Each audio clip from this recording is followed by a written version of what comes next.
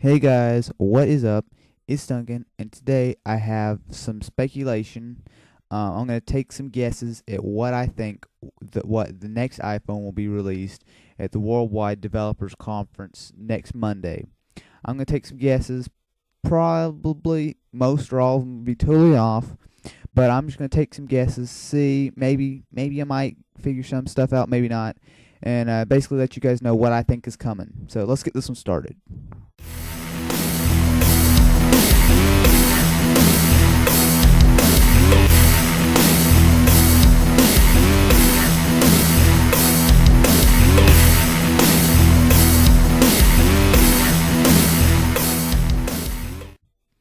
With the Worldwide Developers Conference coming up next Monday, everyone really is going crazy with speculation.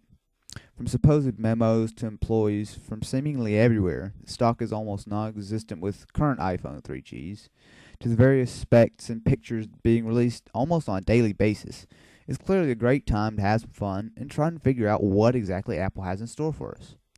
Many people have gone to great lengths to come up with their own ideas of what the next iPhone will look like. With the help of Photoshop, we can all see that some of the ideas are very clever indeed.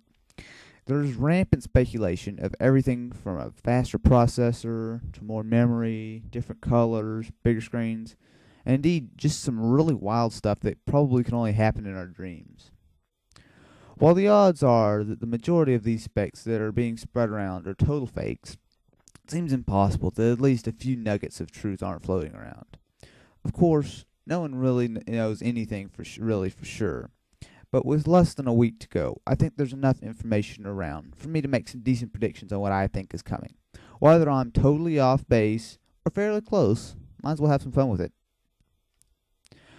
The 3G currently is available with either 8 gigs or 16 gigs of memory. Seeing as the iTouch is available with those, in addition to a 32 gig option, seems fairly obvious to me that, at the very least, the next iPhone will be available on a 32 gig option.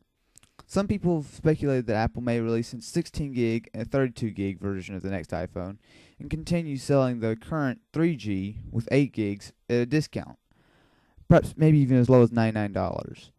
I'm skeptical on this one, guys, mainly for the reason that most retailers seem to be running on extremely low inventories of all 3G models. So it seems like they're phasing them out, and I don't really see any reason that they would try to keep the old ones for any longer than they had to. A slightly more likely way for Apple to sell an iPhone for less than $200 would be just to sell an 8 gig model of the new phone for maybe somewhat less than 200, maybe 150, 175. And there's also been speculation on a 4 gigabyte phone, which supposedly would sell for less than 100. One thing that people might be forgetting, however, is that Apple charges a lot more than it costs for memory upgrades. Take the iTouch for example. An 8 gigabyte model costs $230, okay? While a 32 gigabyte model costs $400. You really think that 32 gigabytes of flash memory costs almost as much as an iTouch with 8 gigs? I don't think so. Charging extra for memory is something that Apple does to make more money. Why would they do it in reverse and charge you way less for half the RAM? I mean half the flash memory. Now, I don't really see any upside for Apple to sell an iPhone with less memory for any big discount. I mean, if it was 25 or maybe something reasonable discount, I could get that. But if it's any kind of like $100, they're not gonna say that we'll give you a 4 gig for half the price of an 8 gig. I just don't see that. Now, the only way I see them really cutting the price would be if they had the supposed iPhone Nano. Ever since the first iPhone came out, an iPhone Nano has been rumored. While there really hasn't been any real concrete evidence of it as of yet, I actually like the idea. And I like the idea of it coming out this year. Now, let me tell you why. A lot of people expect there to be a lower end version of the iPhone, perhaps with slightly less features. But I think an iPhone Nano could actually make more sense. Think about it. When the first iPhone came out, it really was totally in a class by itself. There are really no challengers to it, so why would Apple make a cheaper model that would make less money and probably take sales away from the main model? Same goes for last year. Even then, no one really had a decent challenger to the iPhone. Now, the thing is, this year, the competition is starting to catch up. Palm is about to release the Pre, which looks like it could, and I say could, be a genuine challenger.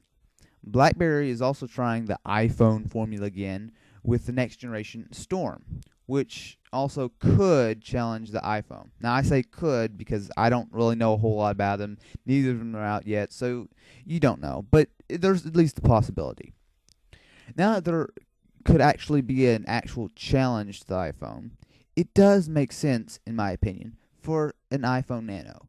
It could be merely just a decontented version of the upcoming iPhone, perhaps lacking some features such as Wi-Fi.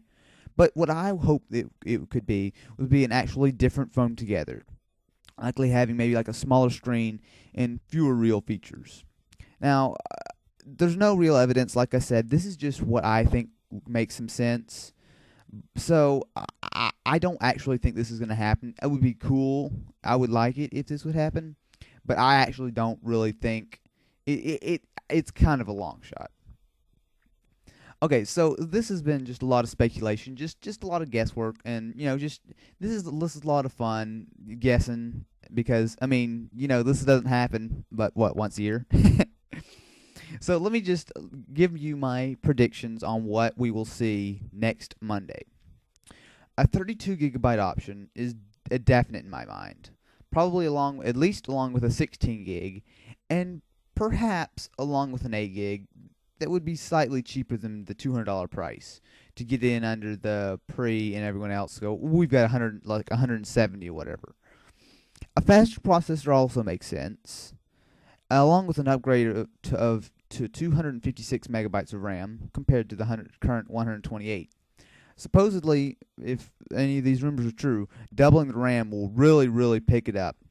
And seeing as the current iPhone and iPod Touch are constantly wanting more RAM, running out of memory, I think that's just a no-brainer. A better camera also makes sense, I think, and so does maybe an LED flash for it. Now, the main thing is I would strongly bet on the iPhone keeping the same size screen, perhaps with an OLED screen, which is an organic compared to the standard LED screen, which generally gives much crisper, much nicer looking images, along with keeping the same roughly same size and dimensions.